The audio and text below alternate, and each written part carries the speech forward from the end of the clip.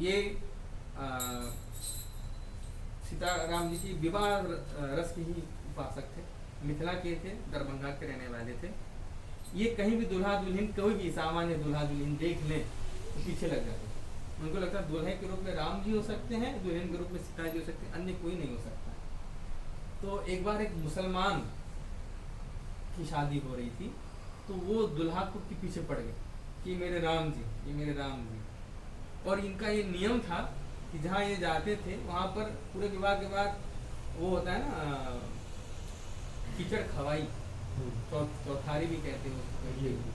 तो उस दिन ये वहाँ उसके सामने, दूल्हा के सामने सिर पे आरती की थाली रख के नाचते थे और गाते थे एक पद, डोमवा कवर ठैले ठाड़ हो लाल। ये प्रभु मैं डोम हूँ, डोम आकर नाचता है और कहता है कि मुझे थोड़ा अपना जूठन दे दीजिए। तो सभी दूल्हा के अंदर ये राम जी को देखते थे। उनकी जो गोस्वामी जी ने लिखा है ना कि सिय राम मैं सब जगह जानी, वो अनुभव करते थे। उनको दिखता था हर पुरुष के अंदर राम जी, हर महिला के अंदर सीता जी। तो मुसलमान लड़के के पीछे पड़ गए, ये मेरे राम जी, मेरे राम जी है। तो वो लोग भी अपना बारात वो भी लेके निकलते। वो गए तो वहाँ वो लोग अंदर जाने नहीं दी, पीछे बाहर बैठा दिया। अचानक में वो दूल्हे के अंदर आवेश आया, वो अपना सब पगड़ी खोल के बोला मेरे भक्त को तुम लोगों ने बाहर छोड़ दिया। तो सोचिए अरे ये क्या बोल रहा है। वो संस्कृत में बोलने लगा, एकदम राम जी का आवेश आ गया, क्या है धनुष लाओ, मैं धनुष तोड़ के सीता से विवाह करूंगा।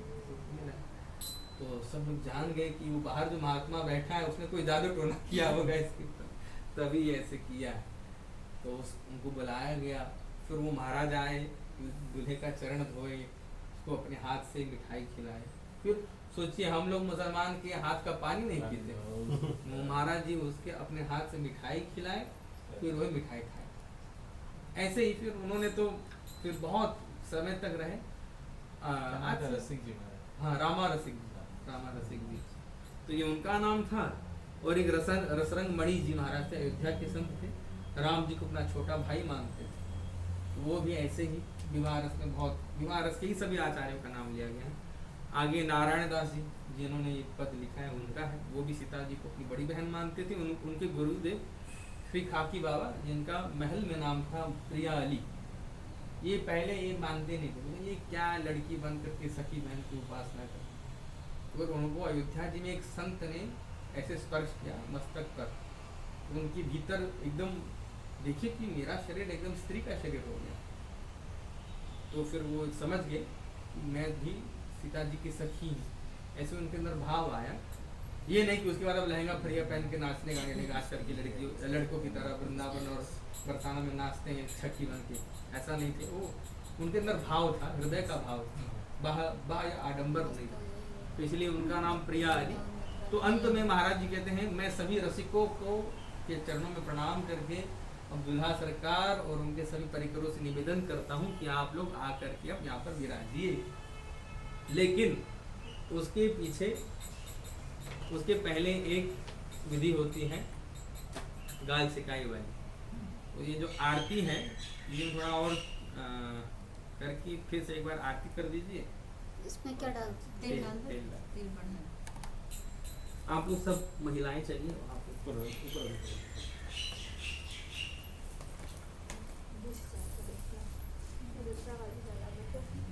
पंच सबद ध्वनि मंगल गाना, पट पावण परहि विधिनाना, करि आरती अरग तिन दीना, राम गमन आंगन सब कीना, राम गमन मंडप सब कीना,